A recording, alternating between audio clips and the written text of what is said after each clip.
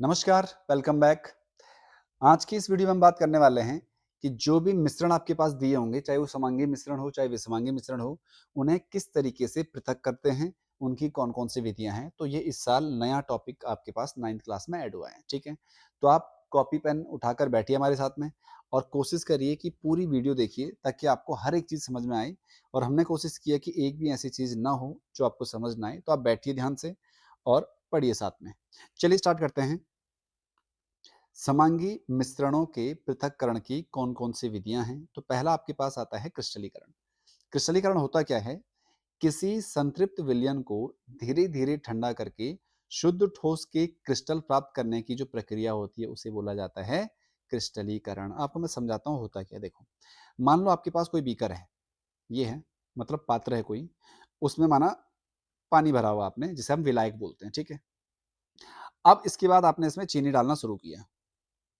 तो पहली चीज तो ये कि जो चीनी की घुलनशीलता है वो इस द्रव मतलब जो भी विलायक है इसके तापमान पर निर्भर करेगा। अगर इसका तापमान अधिक होगा तो चीनी ज्यादा घुलेगी, अगर तापमान कम होगा तो चीनी कम घुलेगी। आई बात समझ में? अब जब मैंने इसे चीनी को इसमें डालना शुरू किया तो कुछ टाइम बाद जब इसमें चीनी घुलना शुरू हो जाएगी तो एक पॉइंट ऐसा, एक बिंदु ऐसा आएगा कि इसमें चीनी घुलना बंद हो जाएगा, ठीक है? उसके बाद हम क्या करेंगे, इसमें इसे गर्म करेंगे, बर्नर जलाएँगे और उसके बाद इसमें अतिरिक्त चीनी इसमें डालेंगे ताकि ये सांद्र हो जाए, गाढ़ा हो जाए, ठीक है? उसके बाद जो ये पात्र बना हुआ है, वो विलयन बना हुआ है, इसे हम कुछ टाइम के लिए ठंडा करने के लिए छोड़ देंगे। तो इससे क्या होगा, जो इसमें अतिरिक्त चीनी आपने घोली है, वो उसकी एक परत बन जाएगी अलग से, ठोस परत बन जाएगी और जो विलयन है वो नीचे रह जाएगा। इस विधि को ही बोला जाता है क्रिस्टलीकरण, ठीक है? चलिए देखते हैं क्या लिखा हुआ है इसमें। तो मुख्य सिद्धांत क्या होता है इसका? यह प्रक्रिया इस सिद्धांत पर कार्य करती है कि किसी विलायक जैसे जल में विलेय पदार्थ की घुलनशीलता उच्च तापमान पर अधिक और कम तापमान पर कम होती है। जैसा आपको बताया मैंने, जब किसी गर्म संतृप्त विलयन को ठंडा किया जाता है तो अतिरिक्त घुला हुआ पदार्थ शुद्ध रूप से क्रिस्टल बनकर अलग हो जाते हैं, जबकि अशुद्धियां विलयन में ही घुली रह जाती हैं। तो इसे बोला जाता है क्रिस्टलीकरण। आपको दिख रहा होगा एक बर्तन है, यहाँ पे चाइना डिश मान सकते हो आप इसे। एक बीकर लिया हुआ आपने, पात्र लिया हुआ है, इसमें जो जल है, हल्का सा जल लिया और उसमें आपने कॉपर सल्फेट डाला हुआ है, मतलब कॉपर सल्फेट का विलयन बना दिया। अब आपने इसे गर्म करना शुरू किया, तो आप क्या करोगे, इसमें कॉपर सल्फेट डालोगे और इसे गर्म करोगे। आप इसे गर्म करते रहोगे जब तक ये सांद्र ना हो जाए, गाढ़ा ना हो जाए। जब ये गाढ़ा हो जाएगा तो उसके बाद आप इसे छान कर अलग रख लोगे एक बर्तन में ठंडा होने के लिए, और जब ये ठंडा हो जाएगा तो आपके पास कॉपर सल्फेट के क्रिस्टल प्राप्त होंगे। इसी विधि को कहा जाता है क्रिस्टलीकरण। आई बात समझ में? उपयोग क्या होता है इसका? तो अशुद्ध नमूनों को शुद्ध करना, जैसे कॉपर सल्फेट हो गया या समुद्री नमक हो गया, तो इन्हें अलग करने की विधि को बोला जाता है क्रिस्टलीकरण। इसकी चरणबद्ध विधि क्या होती है? तो मान लीजिए हमारे पास अशुद्ध कॉपर सल्फेट है, CuSO4 जिसका फॉर्मूला होता है। तो सबसे पहले क्या करते हैं हम इसमें विलयन तैयार करते हैं। तो कैसे किया जाता है? जो अशुद्ध कॉपर सल्फेट है उसके नमूने को न्यूनतम जल में घोलकर संतृप्त विलयन बनाया जाता है। मतलब आप जिसका भी क्रिस्टल बना रहे हो, आप उसे, एक आपको बताया मैंने, ये बीकर है, इसमें आपने थोड़ा पानी लिया हुआ है और आप कॉपर सल्फेट इसमें डालोगे और इसमें इसे गर्म करना शुरू कर दोगे। तो धीरे-धीरे क्या होगा, जब आप इसमें कॉपर सल्फेट डालते रहोगे और उसके बाद इसमें से जो अधिक पानी है वो वाष्प बनकर उड़ जाएगा और इसके बाद आप इसे ठंडा करोगे तो आपको क्रिस्टल प्राप्त होंगे। वही यहाँ पे लिखा हुआ है। सेकंड है छानन। इस विलयन को छान लिया जाता है ताकि अगर इसमें कुछ ऐसी अघुलनशील अशुद्धियां हैं, जैसे धूल हो गया या बालू हो गया, उसे अलग कर पाए, ठीक है? तीसरा, इसे सांद्र किया जाता है। सांद्र मतलब गाढ़ा किया जाता है। तो छाने गए विलयन को चाइना डिश में रखकर तब तक गर्म किया जाता है जब तक कि यह अपनी क्रिस्टलीकरण सीमा तक ना पहुंच जाए, मतलब विलयन अत्यधिक सांद्र ना हो जाए। अत्यधिक सांद्र कैसे होगा? जब उसमें से पानी की मात्रा कम हो जाएगी। उसे गर्म करते रहो तो पानी भाप बनकर उड़ जाएगा। उसके बाद इसे ठंडा किया जाता है। जो गर्म संतृप्त विलयन को ढककर बिना हिलाए डुलाए कमरे के तापमान पर धीरे-धीरे ठंडा होने के लिए छोड़ दिया जाता है। और लास्ट में आपके पास जो क्रिस्टल पृथक्करण और सुखाना। ठंडा होने पर शुद्ध कॉपर सल्फेट के नीले रंग के सुंदर क्रिस्टल बन जाते हैं। इन्हें छानकर आप अलग कर लिया जाता है और फिल्टर पेपर के बीच में दबाकर सुखा लिया जाता है। तो इस प्रकार आप क्रिस्टल मतलब किसी भी पदार्थ की क्रिस्टल बना सकते हो जो अशुद्ध रूप में हो। ठीक है, ऐसा ही नमक बनाया जाता है जो आपके घर में यूज होता है, तो ये समुद्र की जल से बनाया जाता है और उसमें भी हम क्रिस्टलीकरण विधि का प्रयोग करते हैं। ठीक है, अब जो क्रिस्टलीकरण होता है वो वाष्पीकरण की तुलना में बहुत अधिक उपयोगी होता है, श्रेष्ठ होता है। क्यों होता है? तो इसका जो रीजन है, पहला है कारण कि जो पदार्थ का अपघटन नहीं होता, इसमें पदार्थ का अपघटन रुकता है। जैसे वाष्पीकरण में संपूर्ण द्रव को सुखाने तक तेज गर्म करना पड़ता है, जिससे क्या होता है, कुछ ठोस पदार्थ जैसे शर्करा मतलब चीनी हो गया, वो जलकर काले पड़ सकते हैं या अपघटित हो सकते हैं, जबकि क्रिस्टलीकरण में ऐसा नहीं होता है, क्योंकि इसे इतना नहीं सुखाया जाता कि पानी पूरा उड़ जाए इसमें से। थोड़ा सा उसे गाढ़ा किया जाता है, उसके बाद छोड़ दिया जाता है ठंडा होने के लिए, तो क्रिस्टल में बदल जाता है। दूसरा, जो अघुलनशील अशुद्धियां होती हैं वो दूर होती हैं। जैसे जो साधारण वाष्पीकरण होता है, उसमें जब द्रव उड़ जाता है तो सभी घुलनशील अशुद्धियां ठोस के साथ ही रह जाती हैं, जबकि क्रिस्टलीकरण में जो घुलनशील अशुद्धियां होती हैं वो शेष द्रव में ही घुली रहती हैं और केवल हमें शुद्ध क्रिस्टल प्राप्त होता है। ठीक है, तो इसीलिए जो क्रिस्टलीकरण होता है वो वाष्पीकरण से ज़्यादा श्रेष्ठ होता है। ये आपके पास क्वेश्चन भी एनसीईआरटी में तो एग्जाम में पूछा जा सकता है। दूसरा होता है आसवन विधि, डिस्टिलेशन जिसे बोलते हैं। आसवन विधि बड़ा आसान है। देखो, आसवन विधि का मतलब हो गया, ऐसे दो द्रवों को मिलाया जाता है, मतलब अलग किया जाता है इस विधि में, जिनके क्वथनांक में 25 डिग्री का अंतर हो। मतलब क्या होता है, देखो, दो ऐसे मिश्रणीय द्रवों को पृथक करने के लिए जिनके क्वथनांकों में कम से कम 25 डिग्री सेल्सियस का अंतर हो। कम क्वथनांक वाला जल पहले वाष्पित होता है और संघनित्र में ठंडा होकर शुद्ध द्रव के रूप में एकत्रित हो जाता है। आप इसे ऐसा समझो, देखो, मान लो कोई ग्लास है या कोई पात्र आपने लिया हुआ है। अब इसमें आपने दो तरीके के द्रव मिला दिए। एक माना आपने एसीटोन मिलाया, एक आपने एसीटोन मिलाया और एक आपने जल मिलाया। ठीक है, एसीटोन का जो क्वथनांक होता है 56 डिग्री सेल्सियस। क्वथनांक होता क्या है? क्वथनांक वो बिंदु होता है जिस पर कोई भी द्रव गैस में मतलब वाष्प में बदल जाता है। ठीक है, और जल का होता है 100 डिग्री सेल्सियस। तो आप अगर आपने दोनों को इसे मिलाया है और आप इसे जैसे ही गर्म करोगे तो इसका तापमान जैसे ही 56 डिग्री सेल्सियस पहुंचेगा, एसीटोन वाष्प में बदल जाएगा, जबकि जल अभी एज इट इज रहेगा, क्योंकि इसका जो क्वथनांक है वो 100 डिग्री सेल्सियस होता है।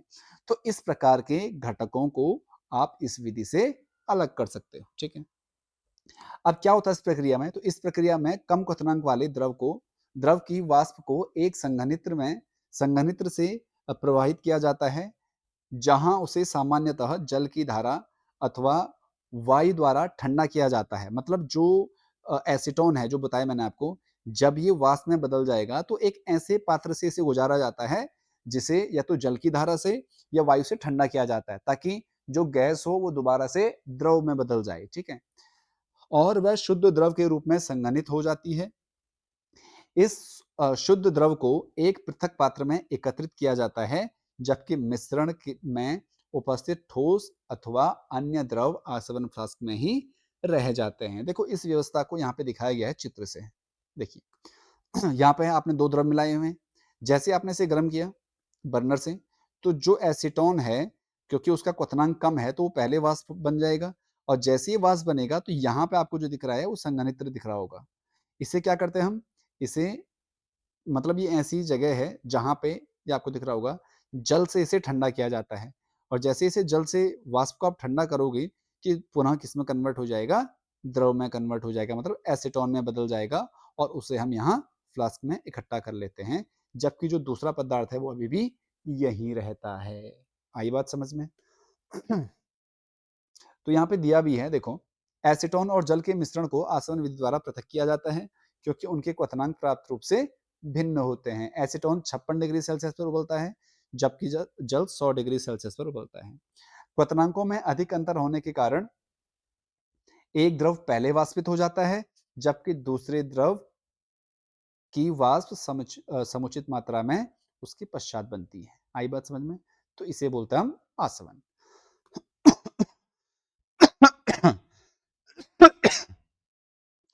उसके बाद आता है प्रभाजी आसवन। प्रभाजी आसवन क्या होता है? देखो, ऐसे घटकों के लिए जिनके क्वथनांक में 25 डिग्री से 25 डिग्री सेल्सियस से कम का अंतर होता है, मतलब 20 का, 12 का, 15 का। तो इसमें होता क्या है? देखो, आपको दिख रहा होगा एक चित्र यहाँ पे आपकी बुक में है। तो यहाँ हमने कच्चा तेल डाला, अपरिष्कृत तेल बोलते हैं जिसे, क्रूड ऑयल अगर आपने सुना होगा। हम जैसे इसे गर्म करते हैं, इस भट्टी में अगर इसे गर्म किया जाता है, उसके बाद इसे कॉलम में भेजा जाता है। ये भट्टी है, जैसे इसे गर्म किया उसके बाद इसे कॉलम में भेज दिया यहाँ। यहाँ से कुछ अपशिष्ट निकलता है, बिटुमिन जिसे बोलते हैं, जैसे आपने कोलतार सुना होगा, उससे तो सड़क बन जाती है। और बाकी तापमान के अनुसार इससे अलग-अलग पदार्थ हमें प्राप्त होते हैं, अलग-अलग ईंधन प्राप्त होते हैं। तो सबसे पहले प्राप्त होता है स्नेहक तेल। स्नेहक तेल क्या होता है? जो आप गाड़ियों में इंजन ऑयल डालते हो ना, उसे बोलते हैं हम स्नेहक तेल। तो सबसे नीचे वो होता है। उसके ऊपर हमें प्राप्त होता है डीजल। इसीलिए इसे प्रभाजी का मतलब हो गया अलग-अलग प्रकार का, मतलब ये एक तरीके से अलग-अलग भाग में बँट जाता है, जो ये तेल है। ये किस पे बढ़ता है? तो ये तापमान के अनुसार बढ़ता है, ठीक है? उसके बाद हमें मिलता है वैमानिक ईंधन, जो हेलीकॉप्टर या विमानों में डलता है। उसके बाद मिलता है हमें पेट्रोल, और लास्ट में मिलता है हमें द्रवीकृत पेट्रोलियम गैस, एलपीजी जिसे बोलते हैं हम, घर के सिलेंडरों में जिसे यूज़ करते हैं। उदाहरण के लिए अपरिष्कृत पेट्रोलियम से पेट्रोल, डीजल, केरोसिन, एलपीजी प्राप्त करना। गैसीय प्रभाग को उच्च दाब पर इस्पात के सिलेंडरों में भरा जाता है, जहां यह द्रवीकृत हो जाती है। इसका उपयोग घरेलू ईंधन के रूप में, द्रवीकृत पेट्रोलियम गैस के रूप में किया जाता है। इसका ऐतिहासिक संदर्भ क्या है? तो जो कन्नौज का पारंपरिक इत्र होता है, वो इसी विधि से बनता है, और उस विधि को बोलते हैं हम देग भापका विधि। याद रखना इस बात को, देग भापका विधि से कन्नौज का पारंपरिक इत्र तैयार किया जाता है, ठीक है? उसके बाद आपके पास है कागज वर्ण लेखिकी। होता क्या है? तो इसका सिद्धांत आपको याद रखना है, क्योंकि सिद्धांत जनरली आपके एग्जाम में पूछा जाएगा। घटकों द्वारा घटक द्रवों की विलायक और कागज के साथ अंतर क्रिया तथा उनकी गति की भिन्नता के आधार पर इसका पृथक्करण किया जाता है। मतलब एक कागज पर विलायक डाले जाते हैं और उसे तेजी से घुमाया जाता है। तो जो विलायक अधिक घुलनशील होगा, वो कागज पर तेजी से ऊपर की ओर आता है, और इससे हम इसे अलग कर सकते हैं। जैसे डाई में अलग अलग कलर होते हैं, तो उसे हम इसी विधि से अलग करते हैं। जो घटक विलायक में अधिक घुलनशील होता है, वह कागज पर विलायक के साथ अधिक तेजी से ऊपर की ओर जाता है। जैसे स्याही के विभिन्न रंजकों को या पौधे में जो वर्णक होते हैं, उन्हें पृथक करने हेतु कागज वर्ण लेखिकी का प्रयोग किया जाता है। बस आप ध्यान रखो सिद्धांत, ये आपके पास एग्जाम में पूछा जाएगा। तो ये थे समांगी जो मिश्रण थे, उन्हें पृथक करने का तरीका। अब आपके पास है जो विषमांगी मिश्रण है, उन्हें किस प्रकार अलग किया जाता है। तो पहला आता है पृथक्काली कीट द्वारा। मूल सिद्धांत क्या होता है? तो यह विधि द्रवों के घनत्वों के, जो घनत्व में अंतर होता है, उसके सिद्धांत पर कार्य करती है। मतलब क्या हुआ इसका?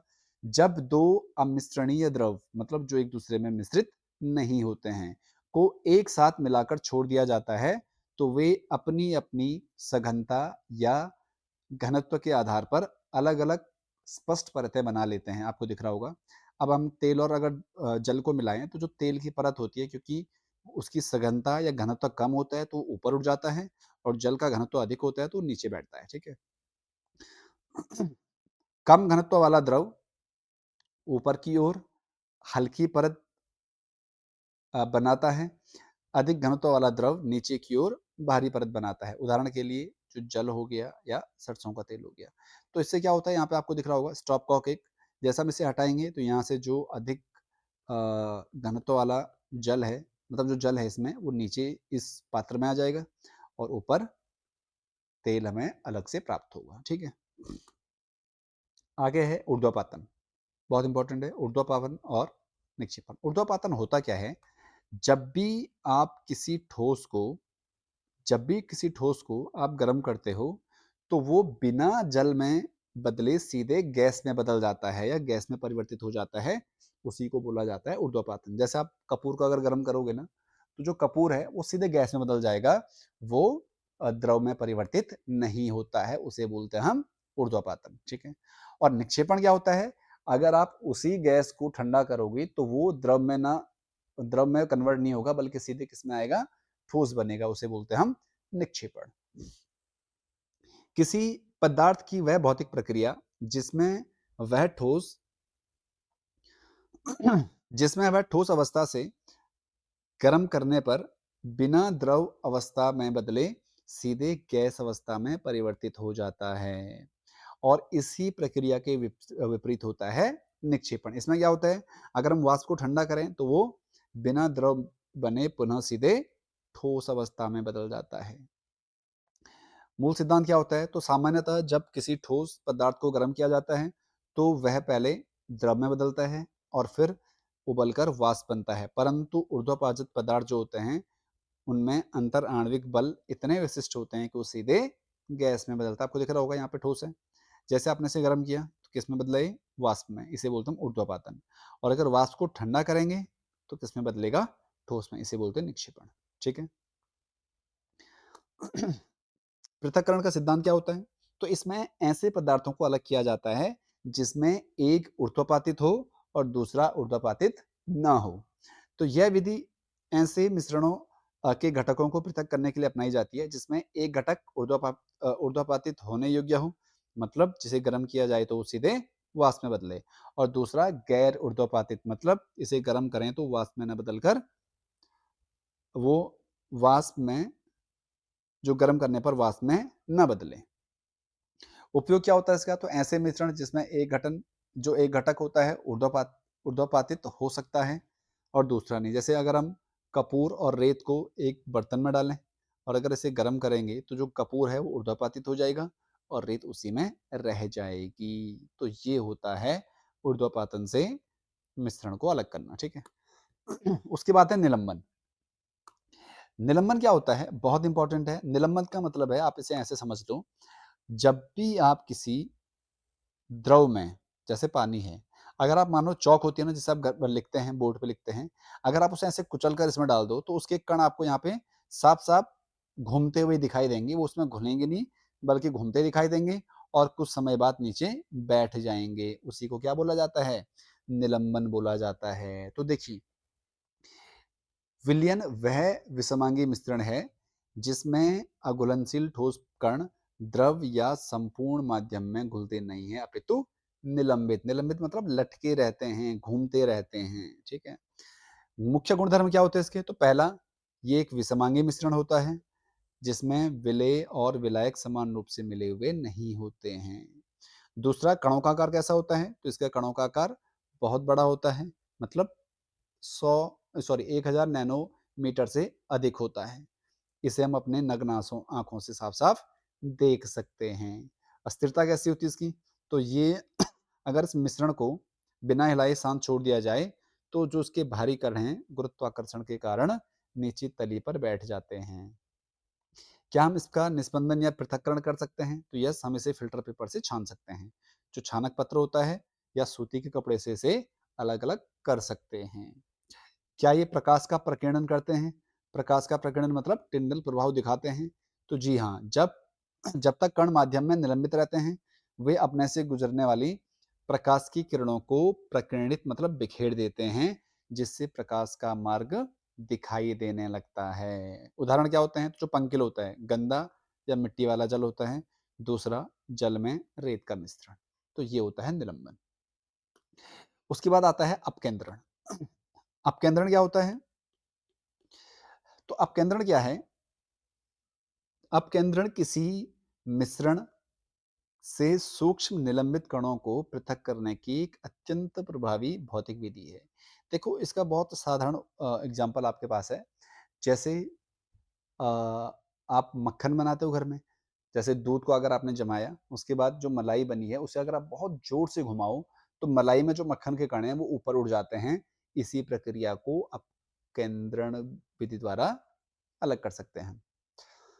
मूल सिद्धांत क्या होता है? तो यह विधि अपकेंद्रीय बल और घनत्वों के कणों के घनत्वों के अंतर के सिद्धांत पर कार्य करता है।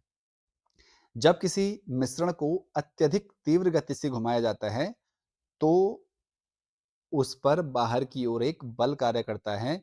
इस बल के प्रभाव से जो अधिक घनत्व वाले कण होते हैं, वो नीचे पैंदे मतलब तली में बैठ जाते हैं और जो कम घनत्व वाले कण होते हैं, हल्के कण होते हैं, वो ऊपर की ओर आ जाते हैं। जैसे प्रयोगशाला में जो रक्त के घटक होते हैं, उसमें हम प्लाज्मा और आरबीसी को अलग कर सकते हैं, या जो डेयरी उद्योग जो बताया मैंने आपको मक्खन बनाना हो गया, या पेपर फ्यूज में इसका प्रयोग किया जाता है। ठीक है।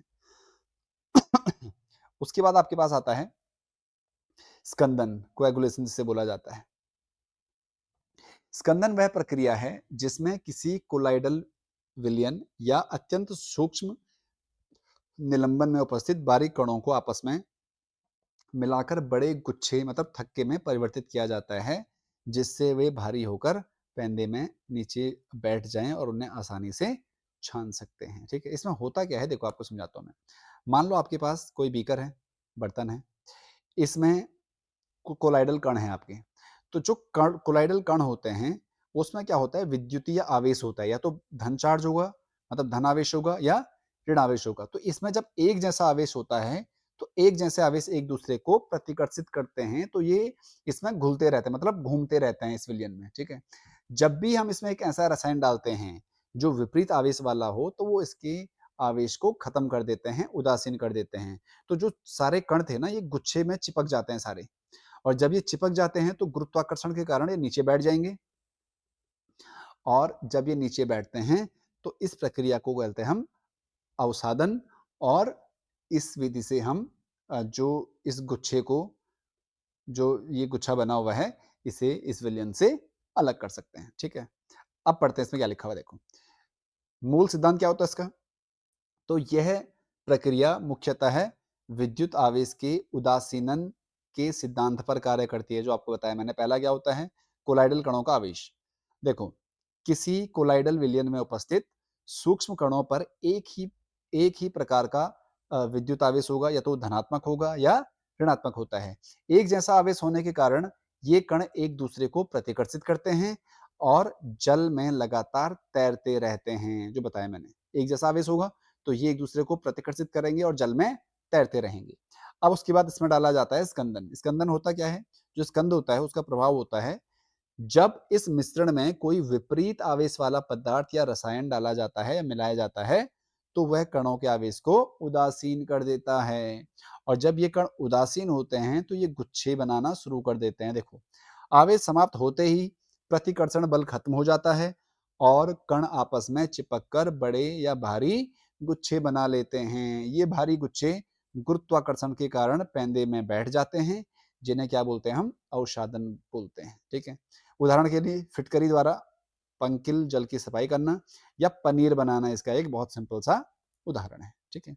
पनीर कैसे बनाते हैं हम, तो आप दूध में नींबू निचोड़ डालकर खट्टा डाल दो, तो वो दूध फट जाता है, मतलब उसके कण इकट्ठा हो जाते हैं एक जगह पे और फिर नीचे बैठ जाते हैं और जल अलग हो जाता है। तो ये था स्कंदन। उसके बाद आपके पास आता है अवसादन क्या होता है। तो अभी भी बात करी हमने, अवसादन होता क्या है, जब किसी द्रव में अघुलनशील ठोस कण मिले होते हैं तो मिश्रण को बिना हिलाए शांत छोड़ने पर जो कण है, भारी कण है, वो गुरुत्वाकर्षण के कारण नीचे बैठ जाते हैं। इसी को बोलते हैं हम अवसादन। ठीक है। जैसे सिद्धांत, भारी निलंबित कण गुरुत्वाकर्षण के कारण तली में जमा हो जाते हैं। उदाहरण के लिए क्या आपके पास, तो पंकिल मतलब जो गंदा या मटमैला पदार्थ होता है, जल को किसी बर्तन में स्थिर रख देने पर जो भारी मिट्टी के कण होंगे वो नीचे तली पे बैठ जाते हैं, और जो साफ पानी है ऊपर का, अगर आप उसे दूसरे बर्तन में डाल दो तो उसे बोलते हैं हम निस्तारण। ठीक है।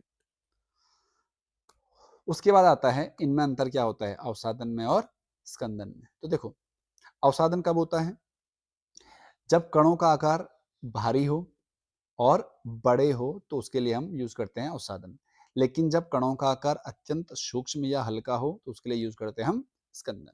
दूसरा, अवसादन में रसायन की आवश्यकता नहीं पड़ती है, क्योंकि इसमें जो कण इतने भारी होते हैं कि वो नीचे बैठ जाते हैं, जबकि जो स्कंदन होता है उसमें स्कंदक की आवश्यकता पड़ती है, ठीक है, रसायन की आवश्यकता पड़ती है। इसकी प्रक्रिया, जो अवसादन होता है उसकी प्रक्रिया थोड़ा धीमी होती है, जबकि स्कंदन की प्रक्रिया तेज होती है। तो ये है अवसादन और स्कंदन में अंतर, ठीक है। उसके बाद आपके पास आता है कोलाइड, बहुत इंपॉर्टेंट है ये। कोलाइड क्या होता है? तो देखो, कोलाइड ऐसा मिश्रण होता है, ऐसा विषमांगी मिश्रण होता है जिसके विलेय जैसे कणों का आकार वास्तविक विलयन के कणों के आकार से बड़ा होता है, लेकिन निलंबन के कणों के आकार से छोटा होता है। ये दिखने में तो समांगी लगता है, बट होता कैसा है? विषमांगी होता है। बड़े सिंपल से आप इसे याद कर सकते हो। कोलाइड एक ऐसा विषमांगी मिश्रण है जिनमें विलेय के कणों का आकार वास्तविक विलयन से बड़ा और निलंबन के कणों से छोटा होता है, ठीक है। अब इसके भी मुख्य रूप से दो घटक होते हैं, जैसे विलयन के थे। तो पहला होता है परीक्षित प्रावस्था, जैसे विलयन में आपने विलेय पढ़ा था, तो यहाँ पे परीक्षित प्रावस्था होती है।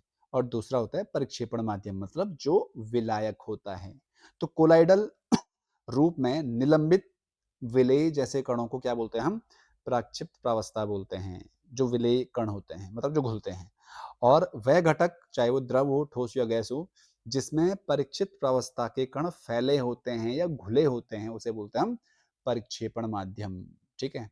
उदाहरण के लिए, दूध में जो वसा और प्रोटीन होता है वो परीक्षित प्रावस्था में होता है, जबकि जो परिक्षेपण माध्यम होता है वो होता है जल, ठीक है। तो ये है आपके पास कोलाइड। अब कोलाइड के मुख्य गुणधर्म क्या हैं? तो ये पहला विषमांगी मिश्रण होता है, पता है मैंने आपको, दिखने में समांगी लगता है बट होता विषमांगी है। कणों का आकार कैसा होता है? तो 1 नैनोमीटर से 1000 नैनोमीटर के बीच में होता है। दृश्यता, ये इतने छोटे होते हैं कि हम इसे नग्न आंखों से नहीं देख सकते हैं। स्थिरता कैसी होती है? तो ये स्थायी मिश्रण होता है, मतलब अगर हम इसे शांत भी छोड़ते हैं तो उसके कण नीचे नहीं बैठते हैं, बल्कि एक समान रूप से फैले होते हैं। क्या हम इन्हें अलग कर सकते हैं? निस्पंदन हो सकता है इसका। तो इसके कण इतने छोटे होते हैं कि ये साधारण छानक पत्र से हम इसे नहीं छान पाते हैं, ये अलग हो जाते हैं। इसके लिए हम यूज करते हैं अपकेंद्रण, आपको बताया था मैंने, क्रीम मतलब जो भी मलाई होती है उससे मक्खन बनाना, तो अपकरण विधि, जो अपकेंद्रण विधि होती है उससे कर सकते हैं आप। अब जो कोलाइड के प्रकार होते हैं वो अलग अलग प्रकार के होते हैं, जिसमें आपको दिख रहा होगा कुछ प्रक्षित प्रावस्था और कुछ परिक्षेपण माध्यम है, इन दोनों से मिलकर बनता है कोलाइड। तो आपको दिख रहा होगा, पहला होता है जैसे एरोसोल। एरोसोल का उदाहरण क्या है? कोहरा हो गया, बादल हो गया, कुहासा हो गया, ठीक है। इसमें जो परिक्षिप्त प्रावस्था होती है वो द्रव होता है, जबकि परिक्षेपण माध्यम आपका गैस होता है। ऐसे ही एरोसोल, जिसमें धुआं, स्वचालित वाहन का जो निखार होता है वो एरोसोल होता है।